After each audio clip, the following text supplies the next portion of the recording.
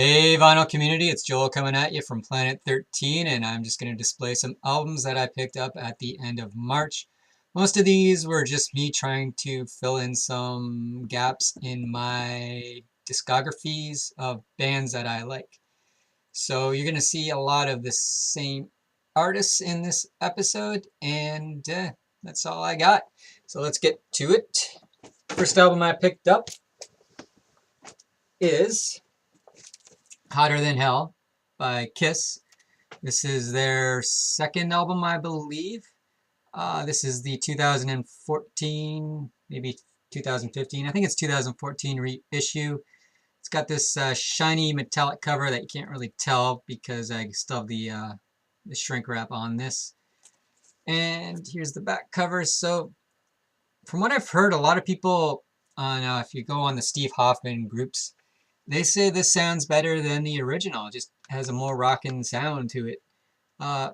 Some of you will probably argue otherwise, but to my ears, this sounded great. I never had this album. I only had Kiss Alive for like the first 40-something years of my life where I've been listening to music, and so I'm happy to have this. No inserts. I guess Kiss was still a new band at this time, and you just have your basic anti-static sleeve inside. A lot of people might say this is the worst Kiss cover art as well. I kind of like it. And I like the back cover too. It's got a lot of shiny and interesting things to look at. Next album I picked up is yet another Kiss album. It is their 1986 album, Kiss Asylum. And I snapped this up. This is the 2014 reissue. I snapped this up because these, particularly the non-makeup albums, are disappearing pretty quick. I think the End of the Line tour has got a lot of interest in the band, plus it's been 5 years since these have been out. They're not really replacing them yet, the non-makeup albums at least.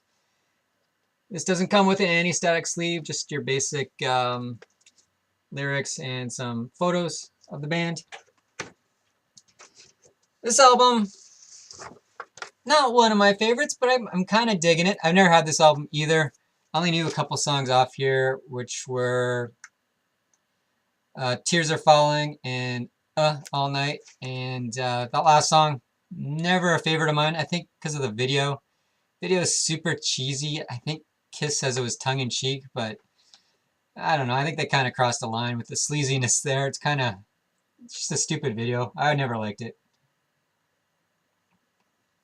Other songs on here that I kind of remember, I've only listened to this bit 3 times, are Who Wants to Be Lonely. I think I know that one off the Kiss box set. There might have been a video for it. King of the Mountain, it's kind of cheesy too, but kind of catchy. Anyway, I guess this album's like the back cover, kind of flashy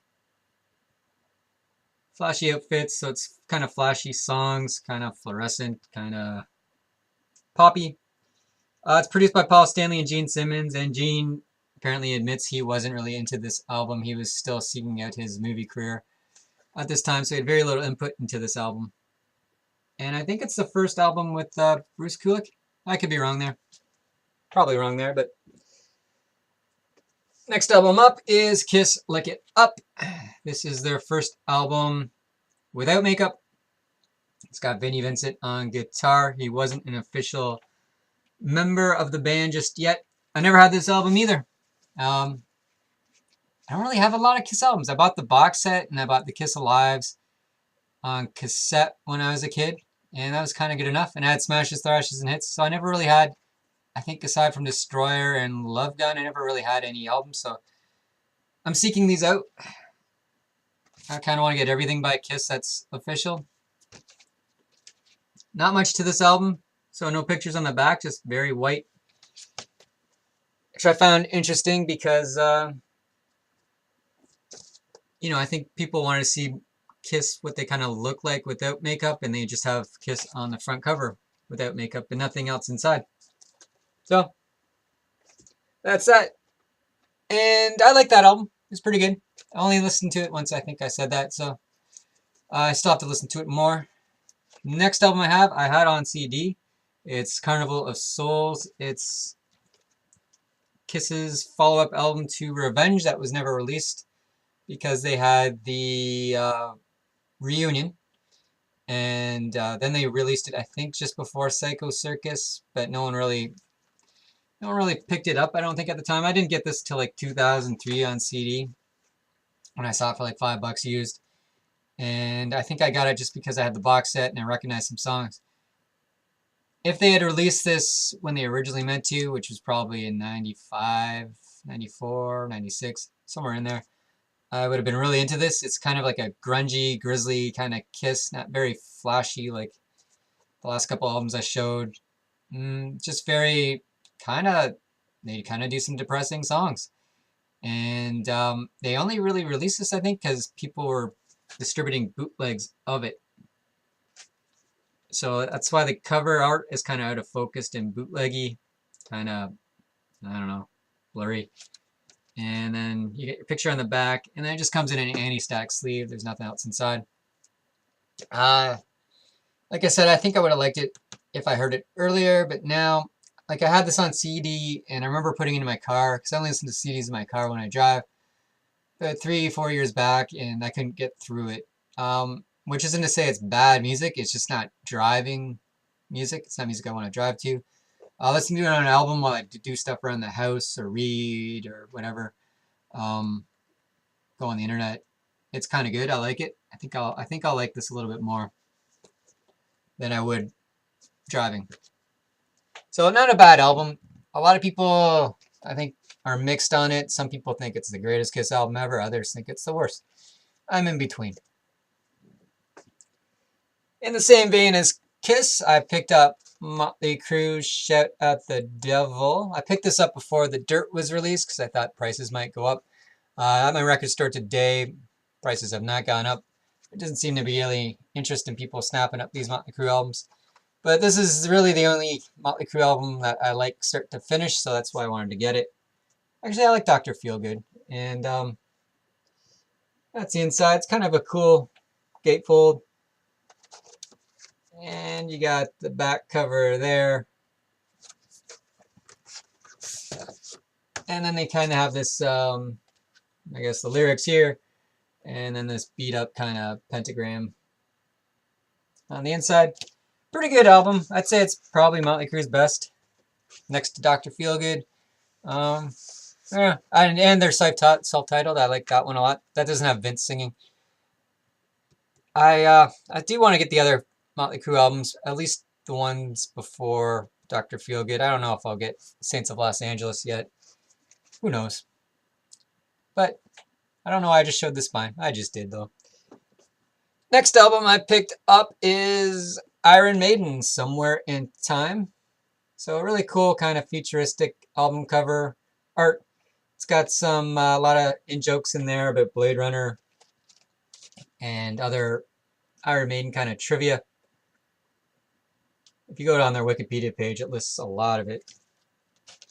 This album, not my favorite Maiden album just yet.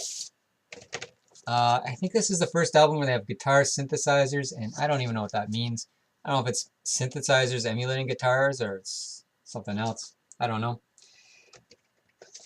I guess they're trying to shed their satanic imagery at the time because the satanic panic was going on during this time. So they have a song called The Loneliness of a Long Distance Runner. So a band who was kind of known for like horror, gothic songs. Not entirely though.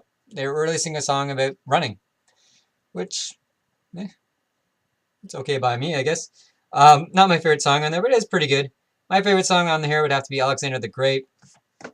And of course, Wasted Years is a classic Iron Maiden song. It's a very underrated band, I find, too. Like, they're not really underrated because when they tour, they sell out stadiums, huge stadiums. And they tour all over the world. And I think it's just guys going to these concerts. Every time I've gone to one, I don't see very many girls. I don't see many people even really talking about Iron Maiden on vinyl, in the vinyl community either. But a lot of people love them. I love them. I think they're a great band. And that's why I picked up this other album by them. This is their latest live album. So every album they've been putting out in the last decade or so, they release like a live album complement to it, I think. And this is their live album tour of the Book of Souls. It's 3 LPs. I got it for like 25 bucks Canadian, which is like 18 American or whatever. And what I like about Maiden is that when they tour, they actually tour the album. They've been around for 30, 40 years. I guess going on 40 soon, because they started in 1980, which I can't believe was 40 years ago. And, well, I guess 39 years ago. But, yeah, a lot of the songs on here are off the new album, which I haven't heard. And then your final disc, you got like your classic kind of Maiden songs for the most part. And then they got some other songs in there, like Wrathchild and the Trooper, kind of mixed in, that were some of the earlier hits. So I haven't listened to this a lot, except for the last disc, which has kind of their hits on it. I do intend to listen to it more, but it's a good album. It was an album of interest to me because Bruce Dickinson had throat cancer just prior to this album. And as a singer, when you have throat cancer, that's, aside from having cancer, which is super scary, you have cancer in the throat, which could damage your vocal cords. But Bruce sounds great. Talented guy, talented band.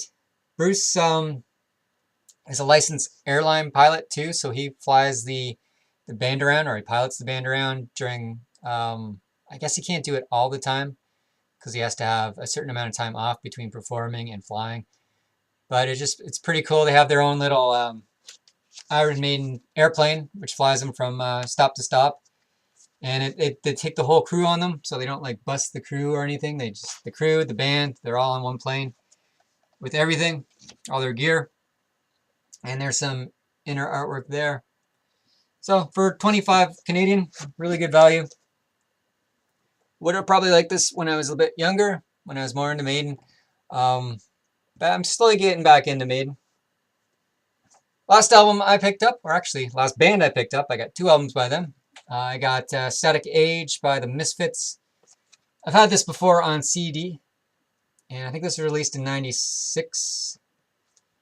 And it's a good album, probably my favorite Misfits album. This is a good quality album too. I think it's 180 gram. Nothing inside though, other than just a optional sleeve. So Misfits was formed by Glenn Danzig and I believe Jerry Only. And they've had many different drummers and a few different guitarists. The classic lineup, I guess, would be Jerry Only, Doyle, Danzig, and at least when they've been doing reunions lately, they've been selling at stadiums. They do like 2 shows maybe once a year, once every other year, and they sell these gigantic stadiums, where before they were always kind of a club band. I saw the like updated version in '96, which didn't have Danzig singing. It was a really fun show. Saw it in Toronto at the Opera House, and that was a different kind of Misfits sound. And this one's a really great album. It's Misfits is kind of Ramonesy kind of punk, but with more horror music or horror like movies kind of soundtracks. So every song is about like Teenagers from Mars or Vampira. They're not exactly Ramonesy sounding. I'd say out of all the other punk bands that are popular, they kind of sound like the Ramones. They're kind of poppy, punk, anthemish, I guess. Second album I got by them is Misfits Walk Among Us. This, because I live in such a punk town. I live in Hamilton, Ontario, which is called like the armpit of Canada. And that's not a compliment. It's kind of a dirty factory kind of town, but it's also has its richer neighborhoods, and it's got its poor neighborhoods, and I guess the more poorish neighborhoods are very into punk. We've had a couple of punk bands that gained some international acclaim in here. Forgotten Rebels and Teenage Head. 2 of the bands that the Ramones love. I think Teenage Head was like one of Joey Ramone's favorite bands. And there's other punk bands that came out of here too. Very big punk scene. So Ramones albums, Misfits albums, Black Flag albums, they go for a lot of money in my city. Other albums, they're not so much money, but in my local record store where this is usually cheap, like albums are cheap, where they sell things for about 23 bucks. This is going for like 34. So I actually got it on Amazon for like 16. And yeah, pretty good album. Not something I'll spin a lot. Kind of burnt out on the Misfits from when I was like a young teenager. But I do like these songs quite a bit. I just kind of wanted it to hear it on vinyl, and they do sound really good. I have them on CD. They sound really kind of clean on CD, and this just kind of gives it a bit of warmth to it, I guess. And I always like the artwork. So yeah, that's all I got. I kept this one deliberately quick because I didn't have much to say about these bands. They're all kind of popular albums that people have talked about before. I just wanted to do a display of them before I got out of control because, you know, Record Store Day is coming up in a week and a half, and by that point I'll probably have 20 more albums. So that's all I got. Until next time, have a great time, and I'm just babbling on, so I'm going to shut off the camera right now. Cheers. Bye.